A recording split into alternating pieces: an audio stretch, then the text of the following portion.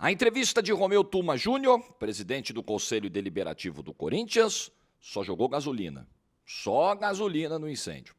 Dá o like no vídeo aí, se inscreve aqui em todos os canais da TNT Esportes para não perder vídeos, análises, todos os nossos conteúdos. Muito bem, Corinthians está a uma semana da votação dos sócios do afastamento definitivo, daquilo que pode ser o afastamento definitivo do presidente Augusto Melo. E me chamou muito a atenção, eu vou destacar alguns trechos dessa coletiva do Romeu Tuma que estão impactando muito. Me chamou muito a atenção um trecho em que ele fala justamente dessa votação, que ele diz assim, nós precisamos tirar esse assunto da frente, porque se o Augusto não for afastado definitivamente na Assembleia do dia 9, vai ficar uma confusão de afasta, volta, afasta, volta, afasta, volta. Essa fala do Romeu Tuma Júnior a gente pode interpretar de duas formas. Ela pode ser uma constatação, uma leitura de cenário. Pô, tá vendo? Tem vários processos de impeachment, outros na mesa aí, que podem ser votados a qualquer momento. Então, o Augusto voltando, né, ele ainda pode ser vítima de outros processos de impeachment e o clube vai ficar paralisado e tal. É uma leitura do cenário. Mas também, num contexto em que o presidente do Conselho Deliberativo já se mostrou muito contrário à gestão Augusto Melo e um tanto quanto simpático ao Grupo Renovação e Transparência, essa fala pode soar até como uma tentativa de intimidação aos sócios. Se vocês não afastarem, se vocês voltarem com o Augusto, se a decisão de vocês for voltar com o Augusto Melo, nós não vamos deixar. Ele vai voltar, nós vamos tirar no dia seguinte. Aí ele volta de novo, nós tiramos no outro dia, né? E esse é o grande problema da falta de credibilidade. Aliás, o Pedro Ramiro, o repórter, fez essa pergunta ontem ao Romeu Tuma, uma das melhores da coletiva, falando sobre justamente a falta de credibilidade do Conselho. E esse é um ponto muito importante. O presidente de um Conselho Deliberativo, ele precisa ter a isenção suficiente para tomar as decisões e para transparecer essa credibilidade diante da opinião. Até diante da opinião pública, né? No caso, diante de uma torcida como a do Corinthians, até por uma questão de legitimidade das decisões que forem tomadas pelo Conselho, de você olhar e falar, pô, esse Conselho é imparcial, esse Conselho está olhando todos os lados da questão, esse Conselho não está privilegiando nem situação, nem oposição. Então, para a credibilidade do trabalho do órgão, da legitimidade do órgão, é fundamental se mostrar isento. E o Romeu Tuma, me desculpe, presidente, o Romeu Tuma Júnior, em momento algum, nos passa essa impressão, essa sensação de independência. Ontem, por exemplo, quando perguntado sobre os gastos do Andrés, do ex-presidente André Sanches, do cartão corporativo do clube, o Andrés disse que se confundiu. Eu peguei o cartão errado, passei o cartão errado. O presidente falou, pô, mas vocês estão aí querendo afastar um presidente que deu um estádio para o Corinthians e que só pegou 10 mil, o outro está aí suspeito de ter desviado 40 milhões, o tratamento tem que ser o mesmo. Presidente, por favor, essa não deve ser a postura do presidente do Conselho Deliberativo diante de uma não é nem uma denúncia, o caso do Andrés tem uma confissão. O Andrés falou, usei o cartão errado. Usei o cartão errado. Não, ele pegou 10, devolveu 15. Como se isso atenuasse alguma coisa. Se a gente fosse rigoroso aí, na aplicação dos juros, do período da utilização para hoje, para o período da devolução do valor gasto, daria muito mais, hein? Muito mais, hein? Mas muito mais. Mas voltando ao ponto central, que é sobre a postura do presidente do Conselho Deliberativo, não pode o presidente do Conselho Deliberativo chegar e falar, não, como é que vocês querem? Pô, o presidente que nos deu o estádio, sim, então o presidente que deu o estádio ao Corinthians, ele tem direito, ele tem uma imunidade, ou então torna o fato dele ter dado o estádio, torna menos grave qualquer desvio de conduta ou qualquer equívoco, vamos tratar no campo do erro, do equívoco não intencional do Andrés? Não. Isso precisa ser apurado. Por que não foi aberto um boletim de ocorrência? Perguntaram sobre a história da nota do Duílio no mercadinho. Não, veja bem, né, nós temos que apurar, temos que olhar. Se de fato tiver alguma coisa, a gente vai para cima. Presidente, há uma suspeita muito forte de notas emitidas para um CNPJ de um suposto mercadinho que não existiria, num bairro que fica do outro lado da cidade, fica no extremo da zona sul da cidade de São Paulo. Isso por si só não deveria gerar uma indignação, ou então não precisamos tratar desses termos, até porque pode resvalar na questão da independência também, então vamos lá, da isenção, não deveria gerar um desconforto, uma atenção de todos os poderes do clube, inclusive o Conselho Deliberativo, para ir para cima dessa história, porque isso é muito grave.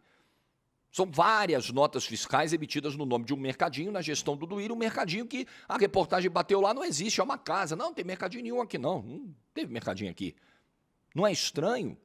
O que a coletiva de ontem nos mostrou foi o presidente muito ácido e muito duro contra a gestão do Augusto Melo e sem demonstrar a mesma indignação, a mesma contundência, a mesma ênfase para falar de problemas da gestão, renovação e transparência. Então fica difícil, né? O presidente ontem também falou que a pressão da torcida organizada pela reforma do Estatuto, que isso não vai mudar nada, né?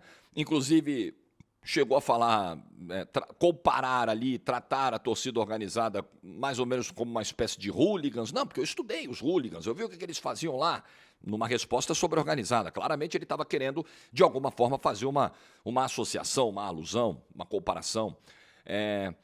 E aí ele diz, olha, vai precisar morrer gente, qualquer dia vai morrer gente importante do clube, colocando uma pecha ali de violentos, né, os protestos, né, de violento na torcida organizada. Torcida organizada a gente sabe que não é santa, não é mesmo, né? O histórico de praticamente todas as organizadas do Brasil é um histórico, muitas vezes, de violência, de alguns membros que praticam atos, né, e que vão parar na delegacia, muitas vezes. Agora, para ser absolutamente justo, como eu tento ser, como eu pauto a minha atuação diante do microfone, o protesto que foi feito agora, na outra semana, na porta do Parque São Jorge, cobrando a mudança estatutária, foi um protesto pacífico, absolutamente legítimo e tratando de uma pauta que hoje é prioridade dentro da coletividade corintiana. Não dá para um presidente de conselho deliberativo fechar, tapar totalmente os ouvidos para o clamor que está vindo da torcida. Ah, mas é a organizada. Ela representa, nesse momento, um anseio de milhões de corintianos. É muito ruim uma postura como a do presidente Romeu Tuma, não só de tapar os ouvidos e fechar os olhos para aquilo que é organizada, para aquilo que a torcida, a coletividade, esquece a organizada ela só representa. Ela tem um poder de mobilização que o torcedor comum não tem, mas vários torcedores comuns aderiram ao protesto na frente do Parque São Jorge. É muito ruim essa postura de confronto, essa postura de guerra, porque o torcedor é a razão de ser da instituição. Presidente Romeu Tuma, o senhor só está aí na cadeira de presidente do Conselho Deliberativo porque o Corinthians existe e o Corinthians existe graças à sua torcida. Ele é o torcedor que é a razão de existir da instituição. Se o torcedor vai embora, a instituição não tem por que continuar. Não tem razão de ser. Então a postura do Romeu Tuma ontem, o presidente deveria ter sido mais, olha, nós entendemos o anseio do torcedor, talvez a gente discorde do caminho que está sendo proposto, mas não partir para um confronto.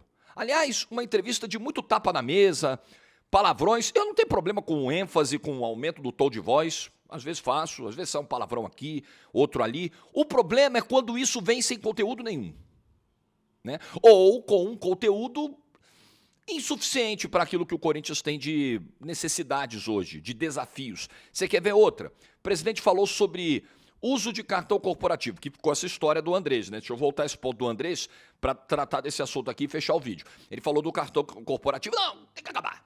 Acaba com o cartão corporativo, extingue logo o cartão corporativo, que aí resolve o problema. Eu sou contra. Olha só, qualquer empresa, né? E o Corinthians é um clube, mas é uma empresa, né? Tem desafios de uma empresa, né? Precisa dar lucro, precisa. Qualquer empresa, você precisa ter um cartão para necessidades, para emergências, né? Para compras que sejam importantes para o clube. Isso é a coisa mais normal do mundo. O problema não é o cartão corporativo, o problema é o mau uso dele. Tá? Ah, não, nós vamos eliminar o cartão corporativo porque é um simbolismo, né? Uma fonte simbólica de privilégio, então a gente passa um recado de moralidade. Mas isso vai resolver o problema? Porque aí como é que vai ser então? Você não vai ter o cartão corporativo, porque com o cartão corporativo você conseguiu, por exemplo, fiscalizar, você viu a compra, falou, opa, peraí, esse cartão corporativo aqui, o que o Andrés fez aqui? E tal, cartão corporativo tem rastro, tem prova. Você vai extinguir o cartão corporativo, você vai trocar por qual solução? Qual é a solução melhor? Para fiscalizar, tá? Estou falando do ponto de vista fiscalizatório. Qual é a solução melhor? Você vai deixar menos práticos os processos do dia a dia do clube de compras, de necessidades ali diárias, e talvez você provoque uma piora na transparência, na fiscalização, né?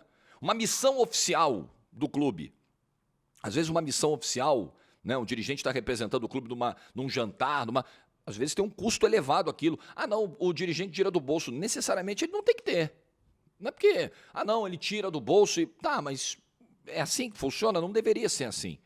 É uma despesa do clube, o clube tem um cartão corporativo que agiliza o processo, simplifica, dá transparência, beleza.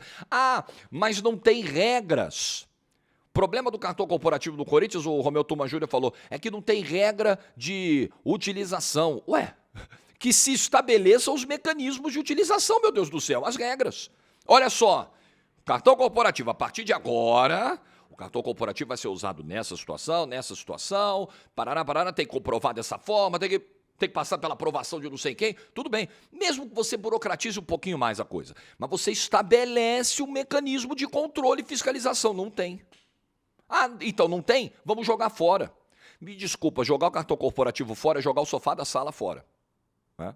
Ao invés de você falar para sua esposa ou para o seu marido, olha, não pode me trair, né? Não pode ter outro no relacionamento, porque o nosso relacionamento não é aberto. Não joga o sofá fora porque ele estava te traindo ou ela estava te traindo no sofá. Desculpa, é o mesmo exemplo. Não, joga o cartão corporativo fora.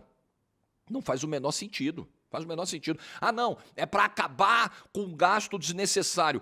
Aí vão ter os reembolsos, porque aí o cara vai apresentar uma nota. Paguei do meu bolso aqui. Aí apresenta uma nota. Será que ele de fato pagou? Será que essa nota... A gente sabe que, infelizmente, às vezes essas coisas podem acontecer, é o ser humano, né? Essa nota é fria, é quente. Diárias ainda vão existir, né? Você tem as diárias e tal. Contrato aprovado emergencialmente. Se não tiver transparência, tudo isso aí pode ser fraudado também. Então o problema não é o cartão corporativo. Pode-se usar caixa 2 administrativo, né? Sem uso do cartão. Então, sim, você pode ter outras práticas aí menos rastreáveis para cobrir os mesmos gastos. Então essa não é a solução. Essa é uma solução ruim. Essa é uma solução populista. Para fechar o vídeo, deixa eu falar dessa história do Flamengo. A gente tem que ser águia como o Flamengo. A gente tem que voar, águia voa com águia. Até vi muitos corintianos falando, até a ilustração, até o bicho que ele escolheu não tem nada a ver com o Corinthians, né? Eu sei que isso não é agradável. O torcedor nunca gosta de ouvir comparação com outro clube rival. O Flamengo não é um rival local, mas é um rival nacional do Corinthians. A gente não quer ser Flamengo, a gente não bate no orgulho do torcedor, né? Mas vamos lá. Vamos baixar a bola assim, respirar e tentar pegar um lado racional disso aqui. O Flamengo hoje, já que o Corinthians não quer ser SAF, o Corinthians quer manter o modelo associativo, com eleições e tudo mais, o modelo que ele tem que seguir é o do Flamengo mesmo. É um clube que tem uma arrecadação parecida com a dele, tem uma torcida enorme, gigantesca, como é a do Corinthians, e um clube que se reestruturou. Tinha uma dívida gigante, não chegou a quase 3 bi, como a do Corinthians, mas era uma dívida enorme, equilibrou, equacionou essa dívida, a roda começou a girar e virou uma potência aí de arrecadação, né, de títulos. Eu acho que o exemplo do Flamengo é o exemplo que o Corinthians administrativamente... Nós não estamos falando de características institucionais, nós não estamos falando de cores, escudo, perfil de torcida, etc. Não é disso que estamos falando de gestão, profissionalismo. O Flamengo é um excelente modelo para o Corinthians seguir, para o Corinthians olhar e falar, caramba, os caras fizeram direitinho, vamos fazer igual. Eu falo muito sobre isso aqui. Né? No mercado isso funciona. Você olha para a concorrência e fala, caramba, os caras estão... Vamos ver o que os caras fizeram ali. Peraí, será que não tem alguma coisa que a gente pode trazer para cá? Isso faz parte. Se inspirar em bons exemplos. Talvez tenha faltado ao Tuma a habilidade para deixar isso claro, o que ele estava querendo dizer, mas me parece isso. Essa aí eu nem acho tão problemática a fala. Entendo o desconforto que possa causar, porque aí vem um flamenguista na rede social, tá vendo, não sei o quê. Esquece essa porra, esquece isso aí. O que é importante é, o Corinthians precisa ter um modelo de gestão profissional, cortar gastos. O que o Flamengo fez? O Flamengo cortou gasto, cortou na carne. Cortou muitos gastos no departamento de futebol, vendeu patrimônio para investir no futebol, no CT. Deu certo, deu muito certo. Pisou, andou os passinhos para trás. Não vai dar para ser campeão de tudo no primeiro momento, acumulou alguns insucessos em competições e a coisa estourou. Depois que arrumou a casa, é hora de decolar, galera, é hora da águia voar, né? Então, se o Corinthians quer ser essa águia que quer voar com a outra águia, ele tem que olhar o que a águia está fazendo para chegar lá. Agora, por exemplo, tudo bem, nós queremos ser igual ao Flamengo. Aí o Corinthians contratou outro dia um CEO para tentar arrumar a casa, o cara que já tinha passado no Flamengo, o trabalho do cara foi minado. Então, assim, o Corinthians quer ser o Flamengo. O Corinthians está fazendo por onde? Né? Muito legal falar, eu quero ser o Real Madrid. Ótimo, você tá. Eu quero ter o shape do fulano de tal. Tá bom, você tá comendo no fast food todo dia, dormindo tarde, não treina, enche a cara. Você tá fazendo por onde para ter o shape do camarada lá? Ou você vai ficar só no sonho? Então não adianta. Sonho sem ação, sem realização, sem se mexer, dar um start, é só sonho. Então o Corinthians hoje ele sonha demais e realiza de menos. Like do vídeo se você ficou até o final, juízo e tchau.